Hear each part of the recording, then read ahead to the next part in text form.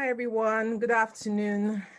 My name is Ada Umewanliri, and I am the Associate Director of the African Studies Center at the University of North Carolina in Chapel Hill. I'm also currently acting as the director of the center, while my director, Professor Burrell, is on research leave. So thank you for joining us for this exciting dialogue with Professor Cooper on her book, Countless Blessings, The History of Childbirth and Reproduction in the Sahel. Before we dive in, please note that this event is recorded and will be available on our YouTube page.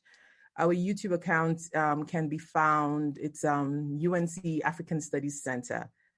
If you have questions at any time, please send it in using the Q&A box. You'll find it at the bottom of the Zoom screen. We'll try to get to all the questions as time permits. So now to introduce Professor Cooper. Professor Cooper's undergraduate and graduate training ranges from the great books of the Western tradition to the languages and cultures of Africa. Her doctoral work at the African Studies Center of Boston University exposed her to the Hausa language, the political economy of agriculture, and the anthropology of gender. Professor Cooper's research draws upon both oral and archival sources to reconstruct the social and cultural history of West Africa. Her focus is on the former French colonies of the Sahel, particularly Niger, where she's worked and conducted fieldwork for 30 years. She's the author of 3 books, numerous articles and chapters on the history of Niger and the Sahel.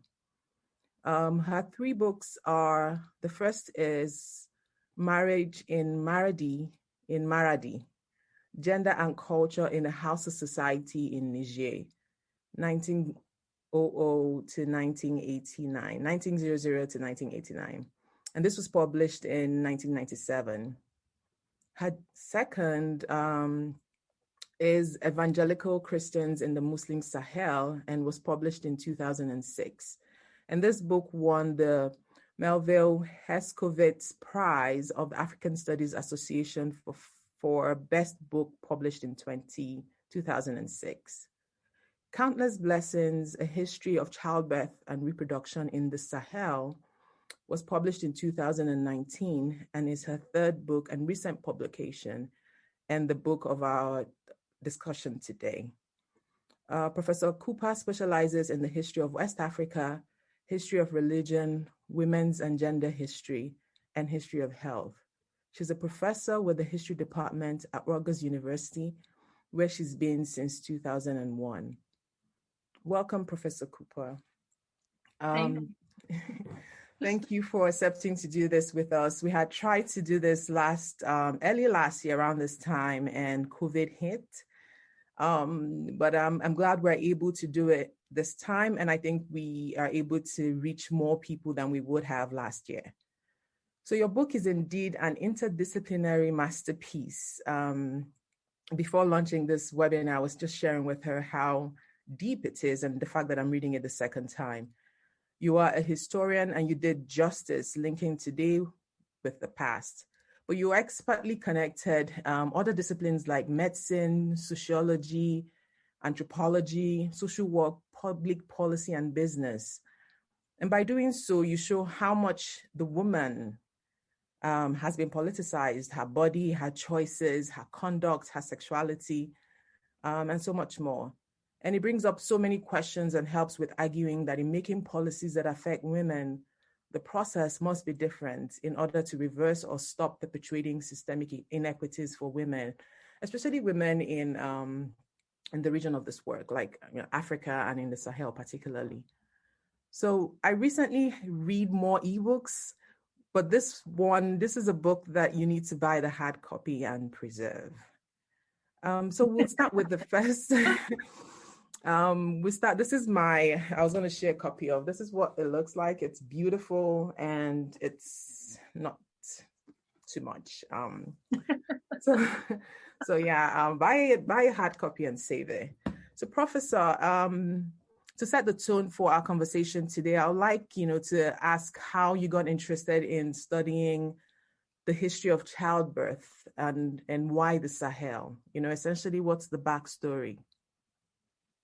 Well, as you know, I was already doing research in the Sahel for quite a long time. And the region that I worked on directly in my earliest field work is the Maradi region, which has the highest birth rate of any of the regions in Niger. And so it's a region that is often thought of, even within Niger, as being, a site of very high population growth rates and so forth. Niger as a whole has one of the highest population growth rates in the world. And when you work on Niger, you're sort of aware that it pops up in the visibility of Western news agencies in the context of its population size. And so I'm just going to read you a couple of recent headlines just to give you a feel for, like, if you work on Niger, all of a sudden you're sort of like, this is the only way Niger is visible. And it's in headlines such as, why have 4 children when you can have 7? Family planning in Niger. It's a headline from The Guardian in 2017. The country has the highest birth rate in the world, with women in Niger giving birth to 7 children on average. New York Times, 2019. Niger has the highest birth rate, and that may be a recipe for unrest. That's a think piece from The Conversation in 2019. So Niger, which I knew of for all kinds of other interesting reasons, becomes visible largely as this space of sort of hyper-fecundity. And one of the side effects of that is that Niger rates extremely low in global measures of standard of living, and often at the very, very bottom. And one of the reasons is that the figures related to the statistics related to maternal health and infant health are terrible and have been for a long time. So the story of Niger's kind of well-being is bound up with the story of reproductive life in Niger. And most of my writing prior to taking up this project wasn't directly focused on reproductive health. It was focused on the ways that marriage figured in individuals and families' negotiations of how to handle a changing economic and political situation. So I came to it somewhat indirectly, and in some ways it was a topic that I became less and less able to avoid. So my first book, I did a lot of work with women on their marriages, and I was young, I didn't have children. We didn't talk a lot about childbirth. And one of the things that women would ask me is, are you married? And they'd say yes. And they'd say, do you have children? And I'd say no. And they'd say, well, then it's not a marriage yet. So to them, childbirth was the thing that really marks a woman as an adult woman, as a married adult woman. And it wasn't until I was older and had children that I was really in a position to even take up the question. So partly it was that the question intruded into my visibility. There was no escaping it. And the other was that it became a question that I could actually begin to think about, because I was older and the women that I worked with were more likely to be willing to talk to me about the issues that this kind of a topic would raise. Then the other reason I ended up picking up on it was that I had my second book is a history of evangelical Christians in Niger, who the community came into being as a result of the missionary work of the Sudan Interior Mission. And one of the ways that SIM eventually began to have some effect on local populations was through its development of a medical infrastructure. And so I had paid a lot of attention to the growth of medical infrastructure in Niger, and was acutely aware of just how slender that infrastructure was. So I became interested in this topic as a result of having thought a bit about why there was so little medical infrastructure in Niger, what was going on that made that happen. And then the final thing that drew me to the topic was the crisis around polio vaccination in the early 2000s. At that point in time, there was this optimism that polio could be eradicated in somewhat the same way as smallpox had been eradicated. A lot of money was going into this venture. And in northern Nigeria and southern Niger, there was tremendous pushback against vaccination of girls. And the fear was, on the one hand, that this was a kind of a plot to spread HIV/AIDS on the part of Western powers. And then the other sort of take on it, which was related, was that the vaccine was going to render girls infertile. And so I became very interested in the ways that fertility was being conceptualized, and the prominence of the fear of infertility in the kinds of discourses that were circulating around the polio vaccine and around vaccines in general. And so that convergence of different concerns drew me to the topic. Thank you. I actually have a question towards the end about, you're sharing the vaccine suspicion and COVID and what we can learn from, what policymakers can learn from your book and how they can plan to mitigate against the resistance that will happen and is already happening. So the second question I have is, I know that this was like a 4-year project for you, maybe even more. I'm curious to, learn more about the methods that you used. You do mention some of it in the book, but for the benefit of our audience and students and researchers listening, please share, the methods that you used, the challenges along the way, and how you were able to mitigate them, and then key findings and conclusion. And the conclusions that you reach. Okay. Well, I'm a historian, and so there's certain kinds of strategies I pursue, obviously. I use archival resources, and what historians find is that you're really subject to the traces of the past that exist, right? You can't invent primary sources that don't exist. And so in some ways, the structure of the book follows the structure of the kinds of primary sources I was able to find in different kinds of archives. So those of us who work on Francophone parts of West Africa end up working in the archives of the French West African administration, which are held in a variety of different places. Colonial rule in West Africa was French colonial rule in this region, and it was known as French West Africa. It was sort of treated as a federation. And so the documents were produced at multiple levels and sent up a kind of hierarchy. So there are documents in Niger that were produced locally and sometimes only used locally. There were documents that were produced in Niger and then sent up through the hierarchy to the head of the Niger government, then to Dakar, and then on to Paris. So you really have to look in 3 different places to find colonial era records. So this is a book that spans what I call the long 20th century, so from the very late 1800s until the sort of early 21s to 20. So 2010 or so, maybe. I sort of span this kind of sprawling long 20th century. So a lot of that period between about 1900 to about 1960 is in colonial archives.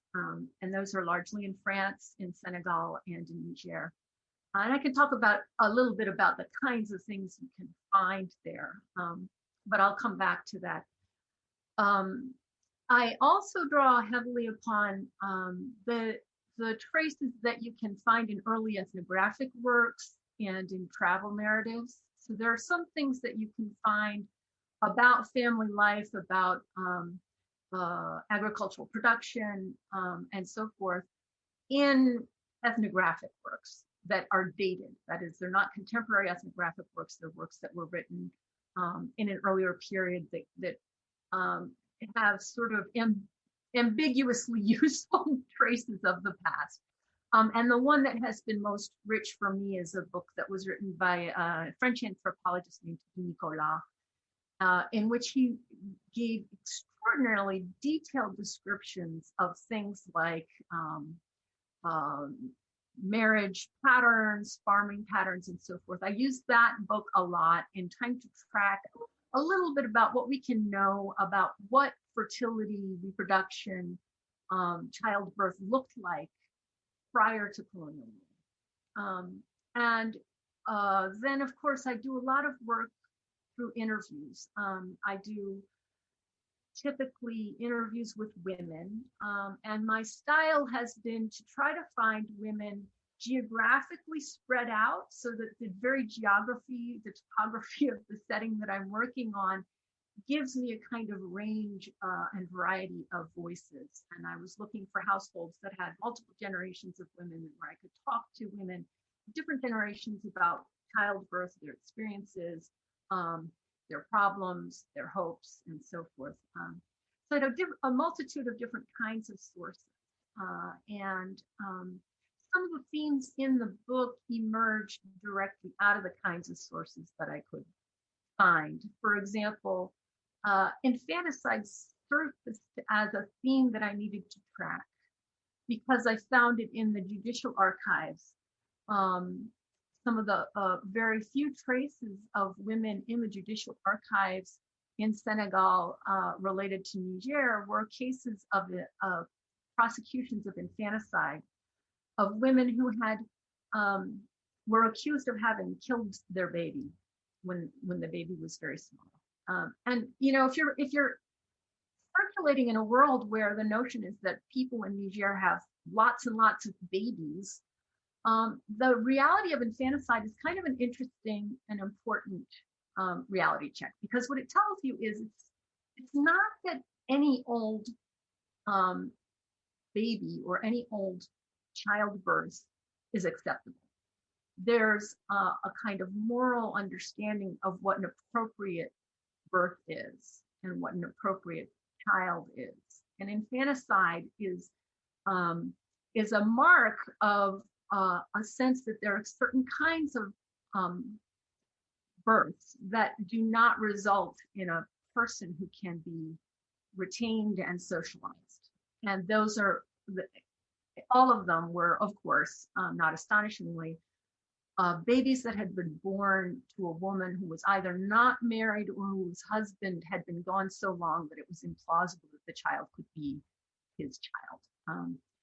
So those are from the 1930s, and I found myself paying attention not simply to infanticide, but to the broader question of personhood. What kinds of reproductive acts produce persons, and which kinds of reproductive acts produce monstrosities that need to be destroyed? So I began to think a lot about how personhood comes into being, but also how it's marked. So that's one thing that came up. The other theme that came up regularly, to my surprise, was infertility and subfertility. And in some ways that shouldn't have surprised me, because the French colonial administration was fixated on what they considered to be the low population growth of the populations that they governed. For the entire period of colonial rule up to the mid-1950s, the French were concerned that Niger was not producing enough people. The idea was that if you wanted to bring this region into flourishing, what the French call mise en valeur, you needed more people to actually do the work of valorizing this space. And so a great deal of energy went into trying to figure out what the population was, whether it was growing, and if it wasn't growing, why it wasn't growing. And that led me to think a lot about perceptions of population size on the one hand. The French perceptions of population were very, very different from what one might actually be able to know on the ground. That is, there was a lot of paper flowing, but there wasn't a lot in the paper that was flowing that was convincing that the French had a good handle on what was going on in terms of the population's reproductive patterns and fertility. So I was paying a lot of attention to the question of population size and in particular to infertility. Infertility started to surface very early on in the materials I was looking at as a primary concern of individuals on the ground. So while today there's this tremendous emphasis on how fertile women are, in Niger, there's a tremendous anxiety about infertility, about not having enough children, about not being able to produce enough children. And the tension between those two discourses is really interesting and historically very complex. The French were concerned that there were not enough people, and they were very concerned to figure out why. When Niger became independent, it inherited an entire legal structure designed to increase population growth. That was the legal structure made it very difficult to engage in any activity that would reduce your fertility. And that was something that France bequeathed to its colonies, partly as a result of the political dynamics within France proper. And so in France, for a very long time, it was illegal to use contraception, and it was illegal even to talk about contraception. And so this kind of pronatal sensibility was carried into the colonial context. And when the French left, they left a judicial structure that made contraception and abortion illegal and indeed impossible to talk about. That was another major strand of the research. Another major strand that is part of the longer debates in the historiography of West Africa is related to the question of slavery. One might imagine that the colonial powers pursued their claim that one of the reasons for intruding into Africa was to eliminate slavery. And that when they came in, what they did was they eliminated slavery and they built schools and hospitals, and a very rosy future emerged, right? The reality on the ground in pretty much all of the colonial territories, not just the French, was that it was a lot to talk about eliminating slavery than it was to actually implement. And that had a whole host of different implications. So the elimination of slavery in the colonial territories of West Africa was very, very slow. And the French had policies that were designed to make it relatively difficult for formerly enslaved populations to simply pick up and move. There was a brief period where the abolition of the status of slavery made a lot of mobility possible, but that window closed down fairly quickly because the French needed a stable economy in order to govern. And what they wanted was a reliable labor supply, a reliable productive base, and reliable taxation. And they couldn't really govern these territories if they disrupted the local hierarchies. And so many of the hierarchies that had been in place that were built upon the existence of slavery continued. With the abolition of slavery, one of the things that I wanted to think about was, okay, say you do eliminate the possibility of directly capturing and holding populations. How do you replace that labor? and what happens to family structure as a result of that. Most of the things that had been written about this focused on men and on the ways that foreign men and men who had been freed engaged in a kind of competition that often had highly ritualized elements of marking status. But I was interested in what happens with women. And one of the things that the book is the way that the abolition of slavery displaced the labor demands away from populations that be taken captive onto women as wives or as pseudo-wives, by which I mean that much of the slave labor force in a great deal of Africa was in fact female labor, that many, many slaves were female slaves. So when colonial institutions attempted to attenuate the force of slavery, what they did was made it easy to kind of redefine captive female slaves as concubines and concubines as kind of wives. So the labor burden shifts onto women in a way that's that really alters the dynamics within households and alters the dynamics of competition both between women in households and between men seeking to define themselves as free.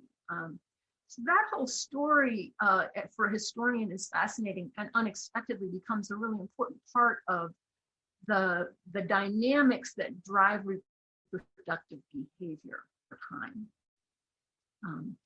And then I guess the other theme that I trace in the book, in a way, kind of is an attempt to parallel Fred Cooper's call to sort of to set this wonderful book Colonialism in Question, where he sort of pushes historians to say, okay, we're very comfortable, and the people we interview are very comfortable seeing colonialism as the source and origin of many of the dynamics that we see. But what if we set that aside from them and asked ourselves, are there other temporal frames that might be helpful in understanding what we see that are less reductive?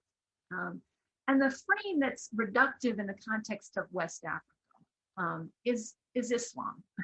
When people think about why there are high population growth rates in a place like Niger, sometimes in a spoken way and sometimes in an unspoken way, the assumption is that it's because they're Muslims. And in the book, I try very hard to disentangle claims about what Islam requires and claims about the origins of particular practices in ways that make it clearer that the answer cannot always be, oh, well, it's Islam.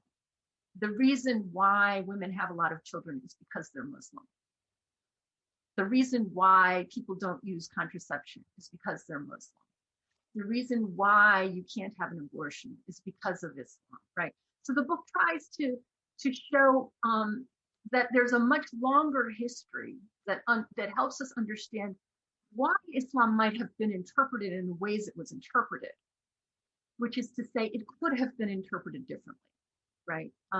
It isn't to say that Islam is not relevant or that Islam is not the lens through which people understand many of their actions, but it's to complicate exactly how we understand many of the practices that are very common in the region and many of the justifications that are used to account for contemporary behaviors. So I think I'll stop in case, so you can kind of intrude with some questions. It's very hard to summarize a book. It's a lot easier to summarize one chapter of a book. You do it very well. And your book does a good job of showing the different perspective to the reproductive choices and sexuality choices that women in that region make. So it's not leaning, it's like I shared with you the conversation I had with a friend on kunya, and it wasn't a culture that was perpetuated as on Islamic beliefs and practices. It was more of a socialization and a class stratification approach in terms of how do you distinguish from the proper women, upper class women and the lower class women. But we'll get to that later. I want to remind our participants to send in questions. We do have one question which I will take. But before that, Professor Cooper, can you, since your book was published, what has the response been like? I'm curious to know how it's been received, especially from your colleagues in the region. Have you, are there, in hindsight or right now, what are the gaps? I'm trying to see how you can make a case for new research interests for the students and professors who are on this call. So just the question is around feedback and response and how it's been received and what are the connections that can be built upon as a research interest for our participants. Well, sadly, because the book has come out at such an inconvenient moment, I can't say that I have a particularly good sense for what the response to it has been. There haven't been any reviews of it yet. So to be honest with you, I don't have a whole lot that I can tell you about how it's been received either in Niger or elsewhere. I can't say that I was surprised to see that it has sold better in Europe than in the United States, which is interesting. And it's been a struggle for me as a historian of a francophone country to find an audience for my work in the United States. So one of the reasons this topic drew me was that it was a topic that interested people in Niger, that it was a topic that I knew from the outside would be very, very both topical, but also people would have strong opinions about it, and that it would not be difficult to get people interested in the importance of it because it was important to them in their lives. And my approach, one of the things that when I started the work, it took me several years of spade work before I really got to do real field work. One of the things I discovered fairly quickly was that people were very receptive to the approach that I was taking, namely that what I wanted to think about was not overpopulation, but what people felt they needed. And one of the things I was very interested in was their sense that they were subfertile. And, that just set off people's, they were just a sort of a brightness in their eyes that I was seeing something that lots of policy folks were not seeing, that from their vantage point, the problem was not over fertility. The problem was subfertility. And so I would say that in terms of the reaction during my field work, it did seem to me that this was a project that really interested people in Niger. The question in some ways will be what they think about the historical backstory once they see it, right? Because a lot of this is forgotten. People don't really have in the foreground of their minds how the circumstances in which Niger finds itself today came to be. Because one of the arguments of the book is that there's nothing natural about this. This didn't have to be this way. There's a kind of a way of talking about Niger as well. It's a landlocked state. It's enclavé. It's in the Sahel. It's a very dry region. It's barren. People are very backwards. There's a kind of way of talking about Niger that presents its dilemmas as if they were natural, as if there was no escaping them. And what the book does that I think people will appreciate is it sets out very slowly and systematically to show exactly how the sort of paucity of infrastructure in Niger came to be. That happened. What was the political and economic and social set of processes that led to this place. And I think that people in Niger will probably appreciate that a great deal, because it's not that it's exculpatory, but that I think that among the ways that people in Niger experience the fact that Niger regularly falls to the very bottom of measures of global standard of living, they experience it as shameful. And one of the things that the book shows, I think, historically, is that much of the structure that Niger experiences is historically derived. It's not natural. It's not their fault, right? It came about because of the ways that colonialism unfolded in this particular region. So I'm hopeful, in answer to your question, since I don't have responses yet, I'm hopeful that some of what people read will be sort of reassuring. If it's historical, it can be done differently. Things that are historical are not natural, and they can be changed, right? I anticipate that some of my observations about the difference between what people think about Islam and what a historian sees when they look at the longer picture, those might be more controversial. They're meant to be. They're deliberately provocative. So I mean, that's not a very helpful answer in some ways, but I guess I would say to students and those who are trying to sort of think about where to next. Africa's immense. Africa's immense, and I think one of the things that happens for all of us, but very often in history, is that we take the cases that we know well and we use them as proxies for what's happening over the whole continent.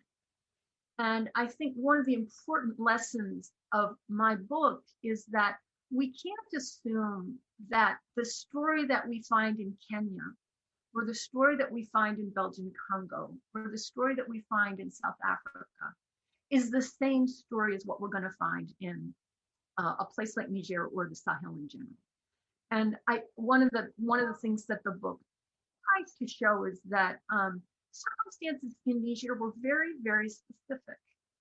And I think one of the things that students can take from that is that the story of reproductive health and fertility in Cameroon is going to be just as interesting and just as complicated. And the story of the patterns that we see in Burkina Faso are going to be just as complicated. In other words, that this kind of micro level attention from the body to the region to the state, and then on to sort of a broader region, gives you a very different perspective than when you let yourself kind of say, okay, well, so that's been done. The story of the history of reproductive health in Africa has been done. We have several wonderful books. We've got Lynn Thomas's wonderful book, and The Politics of the Womb. We've got Nancy Hunt's wonderful book, right? That we take a handful of these books and we think that tells us about the whole continent. And however wonderful those books are, they really don't capture the specific experience in a region like Niger. And that should encourage, I think, students to realize that there is so much work left to do. There is just so much work left to do. We just don't know these histories as well as we think we do. Thank you. Thank you, Professor Cooper. I'm going to take Andrea's Arrington's question. She has two questions. I'm assuming this is a she. I'm going to start with the first question, which is, so Andrea says, I'm excited. COVID.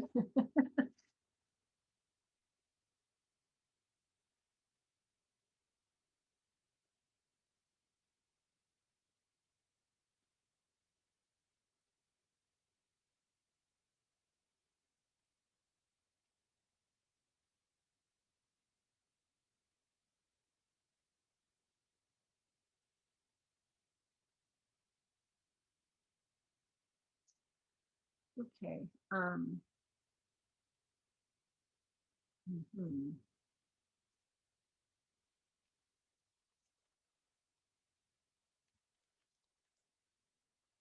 Mm. Hmm. I'm not sure whether I can be heard. Could somebody let me know? I can't tell. All right. Mm.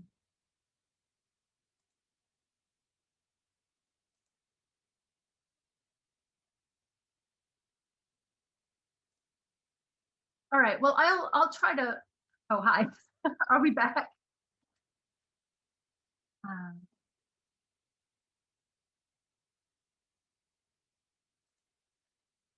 okay. I can't hear you. I can't hear you. I'm sorry, the internet has been really bad. Really? We had an incident just before this, Yeah. and I was trying to sign in with my phone. I'm actually using my phone, so apologies. I know that everyone has my challenge right now. Yeah. Okay. I wasn't sure if I could be heard, so I didn't want to go on and on. Okay, so I'm going to talk about Andrea's questions, which are about Zambia. Yeah. I'm wondering about a couple of fairly specific questions about neonatal and maternal care. Wondering a little bit about high-risk pregnancies, premature births, how people think about them, and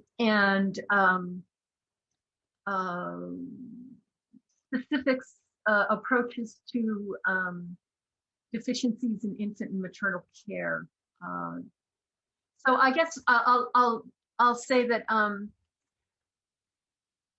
one of the things that has been a little bit alarming to me as I delve into this research has been the degree to which, and this doesn't seem to be exclusive to Niger, there are ways of accounting for reproductive mishaps that frequently place the blame on the woman who is herself experiencing this tragedy.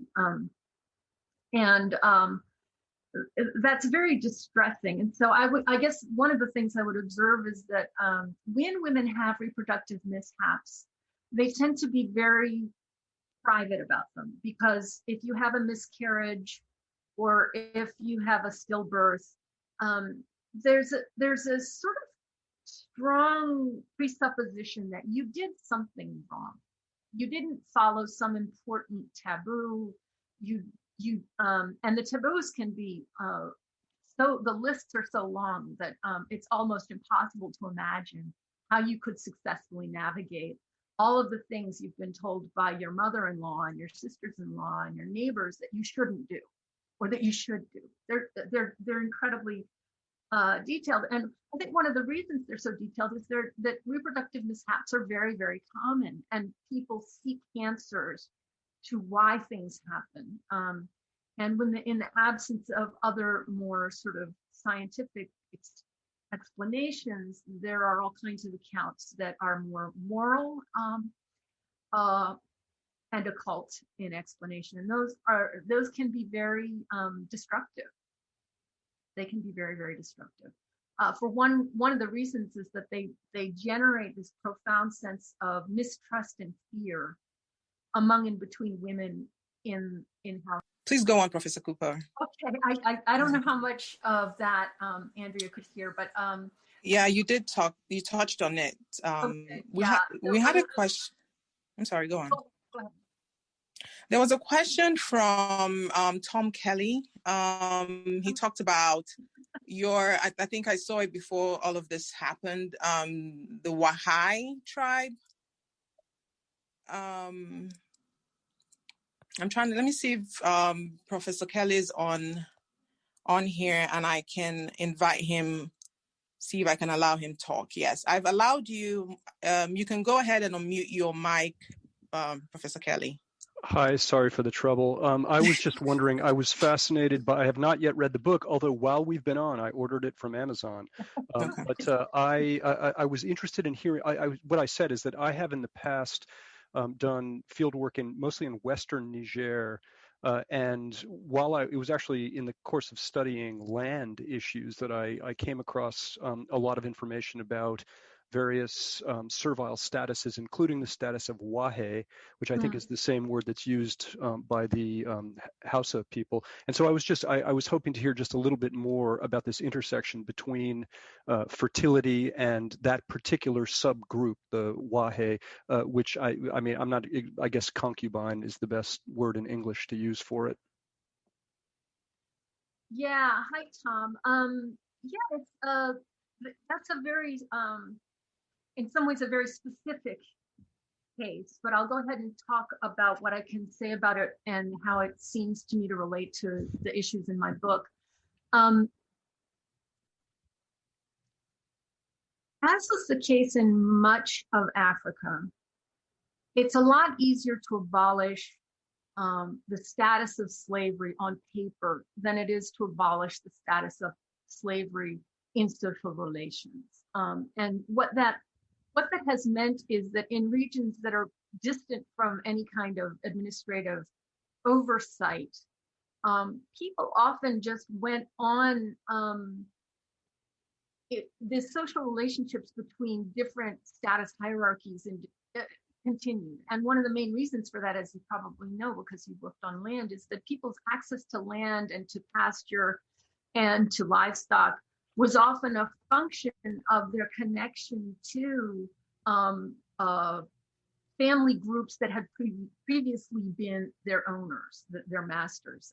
And so relationships of what had been master-slave relationships kind of continued as sort of patron-client relationships with a really important distinction. The relationship between a patron and a client doesn't generally have anything at all to do with the offspring of the client. The difference with the sort of residues of slavery is that one of the primary elements of master-slave relations had in the past always been that the offspring of a female captive slave belonged to her owner. And so the children of all female slaves belonged to, in some fundamental way, the person who claimed her as his slave. And the words used to translate the word slave, they're so varied, right? There are lots and lots of words, and there's a lot of debate about whether those words really mean, sort of chattel slavery, right? But where the rubber hits the road is, do you have the right to marry off someone without the permission of her father and mother or her family guardian? And do you have the right to do that without any transaction that could be regarded as a formal marker of the relationship of a man and a woman as married? And the formal marker of a marriage is the transaction of a bride wealth gift from the family of the man who's to become the husband, the groom, to the family of the bride. And typically in formal Islamic settings, that gift goes to the bride herself. So what we find is that there are a great many transactions that get called marriages that are not in fact marriages, because the transaction that would have marked it as a marriage did not occur. There was no gift that went from the family of the person who's being called the groom to the family, the birth family of the woman who's being transacted. And so when women began to partly because of the explosion of NGOs that have taken an interest in some of these kinds of issues and sort of given women a vocabulary with which to push back, there have been many cases where women have pushed back and said, look, no, I'm not married to that guy. I don't want to be married to him. And they just picked up and left. And the purported husband will say, well, no, she is my wife. And there's not really a good legal way of handling these cases. So I don't know how much further to go into this, but as you probably know, one of the ways that masters have gotten around this is that they're basically marrying off women across the border into Nigeria. So what we have is kind of really subterranean movement, circulation of usually women who are young into households where they are in a certain way lower caste wives. And we know relatively little about the specifics of their circumstances, because obviously these are relationships and transactions of dubious legality. But there's much more awareness of them now than there had been about 15 years ago. So I don't know if that answers your question, but it's a beginning. And one of the things that's extremely important to me, and I think an important theme in the book, is that from the vantage point of a man who was enslaved and wants to mark himself as not simply freed, but free, the only way to really mark yourself as fully free is to marry a woman and produce offspring that no one else can claim. And so there's a lot at stake for men in these debates, because what happened with a lot of, for example, Bella men, was that they basically left their masters, they acquired a wife on their own, and then those essentially create a new lineage of which they are the founder, and all of their children are their own offspring. No one else can claim them. And that's an incredibly important part of how formerly servile peoples managed to establish themselves as free. So there's a lot going on there, and the significance of the female wife as the producer of offspring who are the legitimate offspring of the man who is married to her is huge as a marker of actual real free status for men. Did you want to follow up? I don't know if you can still hear me, but no, that's fascinating, and as you say, it's wonderfully complex, both linguistically and categorically, and strikes me as an area for further study. But thank you very much. Yeah. Professor Cooper, we have a question from Abby Wakol. Abby is a history doctoral student studying childhood in colonial Senegal. She wonders if you can say a little bit more about what it meant for you as a historian to start with a question and topic that is of such contemporary relevance at a local and international level. She says, I know that in this book you work with some local MCH activists.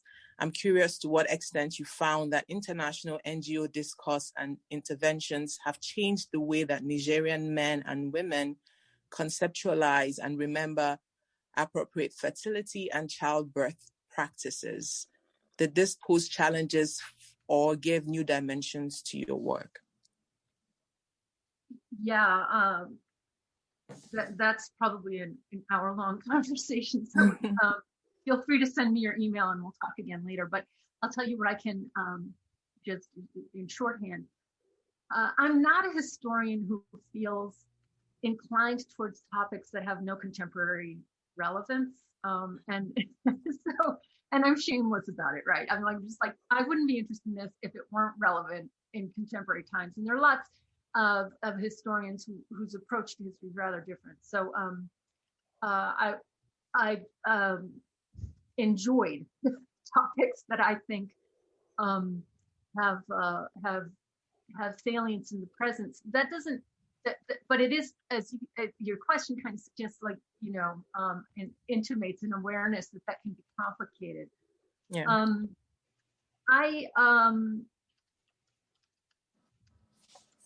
I think that the situation in Niger has been so, what's the word for it? It has become so difficult to have serious and productive conversations about sexuality and reproductive health because of the messiness of interventions from the outside. And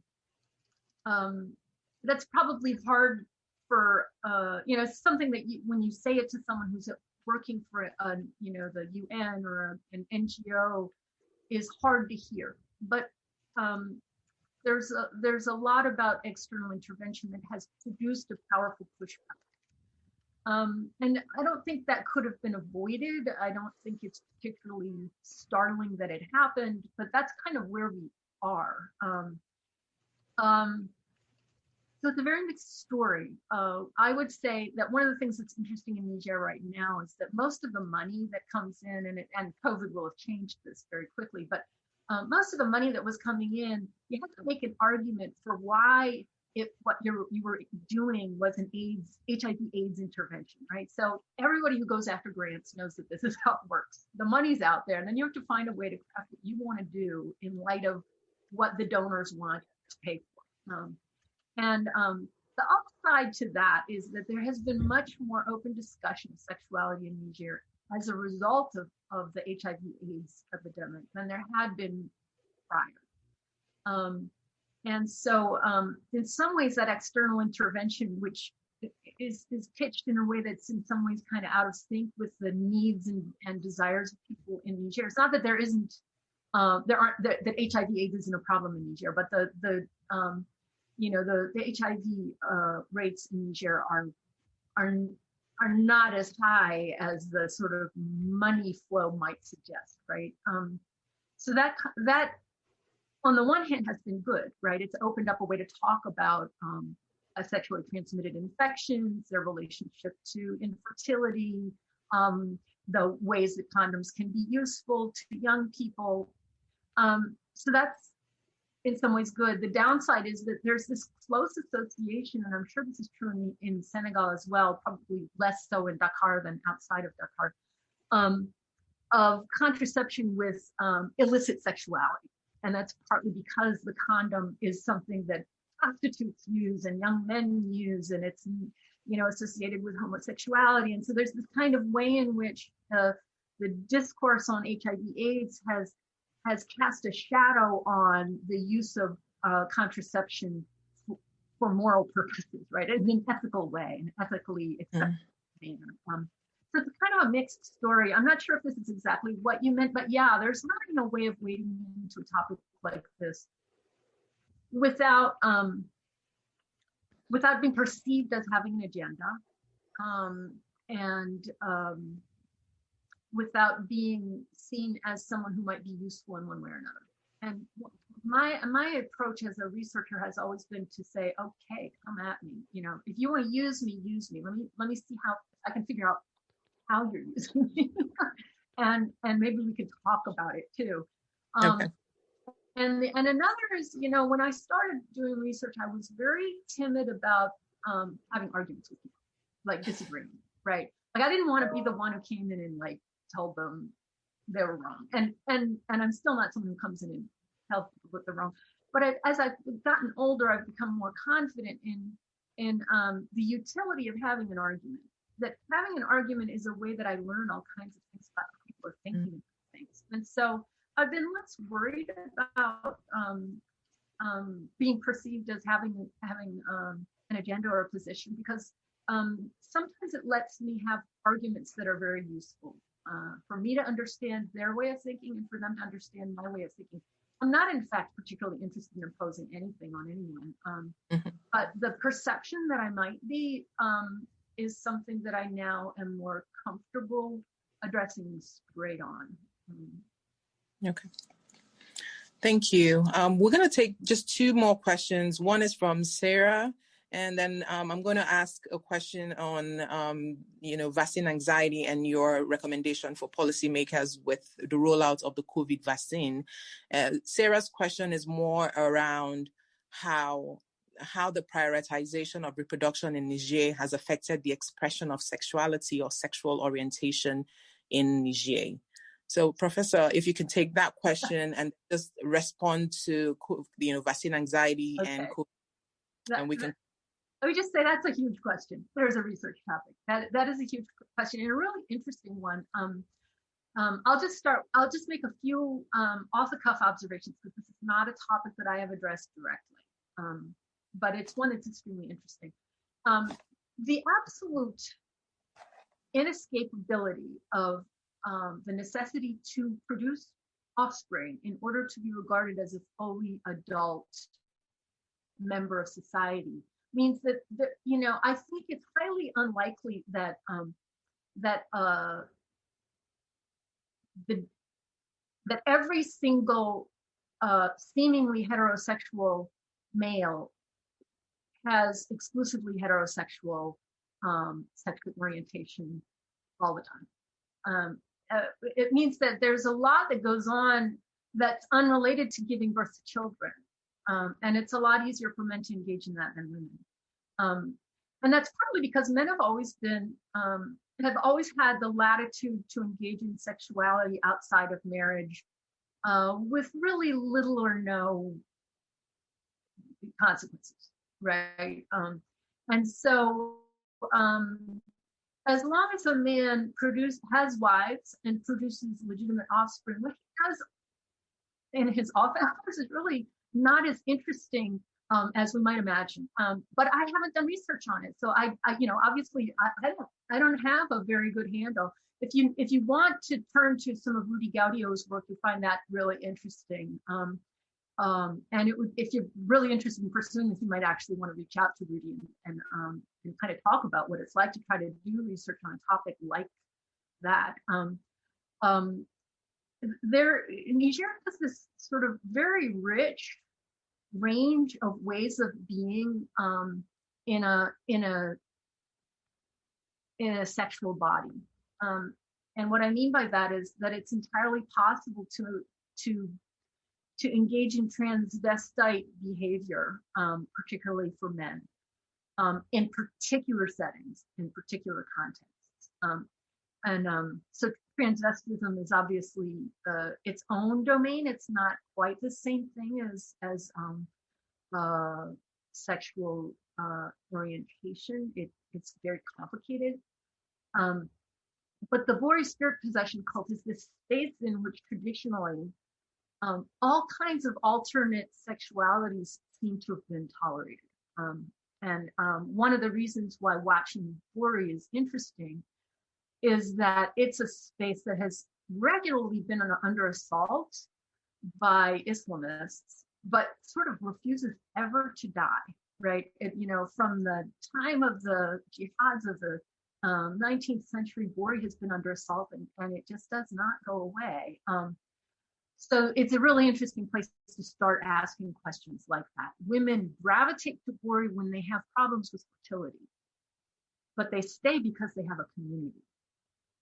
And Bori attracts not just women, but men as well. And a musician culture that is rich and complicated and related to status background, right? So there are lots of ways you could, points of entree into a topic like that would be really interesting to pick up on. And I think the place that I feel embarrassed to know almost nothing about is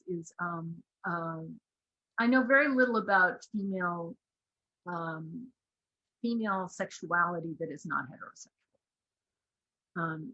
And I know very little about intersex sexuality. Just not topics that were amenable to discussion given the kinds of things I was researching. But that doesn't mean they couldn't be extremely interesting to take up. I would say you would want to talk to some people who've worked in this area about the pitfalls of the complexities of taking up a topic like that. Because although homosexuality is it's just not as hot button an issue as, say, contraception is in Niger, which is interesting. But it definitely would be in Niger a complicated topic to take. Oh, you wanted me to talk about COVID? Wow. Have we run out of time? Yeah, we have run out of time, and but we can if you can just respond as I know it's a long conversation as well, but as briefly as you can. Yeah. I would say the lessons from the past related to vaccines are there has to be tremendous grassroots investment in making the vaccination programs work. And that means starting at the neighborhood level and asking before you even get started, not saying I need to do X, Y, or Z, but asking, how would I go about seeing who would like to be vaccinated, and how would I go about understanding their reservations. So really begin with questions and not with answers, and begin asking for permission and not staking out a sort of authoritarian position. You would also need, in the context of Niger, because so much of this has been refracted through kind of tensions between Christians and Muslims that overflow, really, frankly, from Nigeria. That are there in some ways. There's no particular reason why some of these anxieties would be predominant in Niger, except that anxiety is highly infectious and it travels.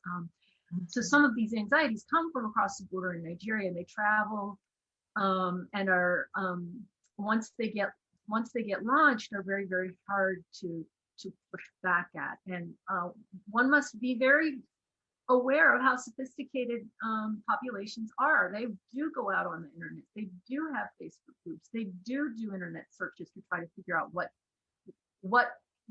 was used to produce this vaccine, and should I be worried about it? Should I talk to my spiritual advisor, whoever the Muslim authority I turn to regularly is, about whether this is an appropriate thing to do? It's not that vaccines aren't Muslim, right? It's not that Islam says you can't have vaccines. It's that the perception of contamination tends to come from a sense that Islam and Muslims are under particular attack right now. And that's the kind of window through which I anticipate in Niger vaccinations would be read and potentially resisted. On the bright side, I guess I would just observe that, people in Niger live their lives largely outside. Although their compounds are crowded, they're outside almost all the time. And so the transmission in interior spaces, which is really a huge part of what we're suffering from, is not as high in Niger as it is here in the United States. Even a schoolroom, there's no such thing as a schoolroom with windows that are actually closed, right? I mean, there's a way in which the circulation of air, the sort of outdoor inclination of social life, and the fact that women do, although they don't veil the way quite the way people in the Middle East do, women do regularly cover their faces, and so there are lots of kind of natural comportments in Niger that I think are likely to slow transmission considerably. Yeah. And so in some ways, I'm less anxious about vaccination in Niger than I am about it in some other spaces where dense populations really do have to exist in these much more interior, contained spaces where there is virtually no circulation there. Okay. Thank you so much, Professor Cooper. This is we are in unusual times. So the internet issues that we had, my apologies to everyone who was cut off. We tried to mitigate it. I'm actually at the office, so it's not my home internet. But we thank you so much for this very enlightening conversation. I wish we had more time. So if you're interested, I encourage everyone to find a copy of this book. It's online. The UNC has it in the library. Thank you so much for your time, Professor Cooper. And I look forward to more engagements with you.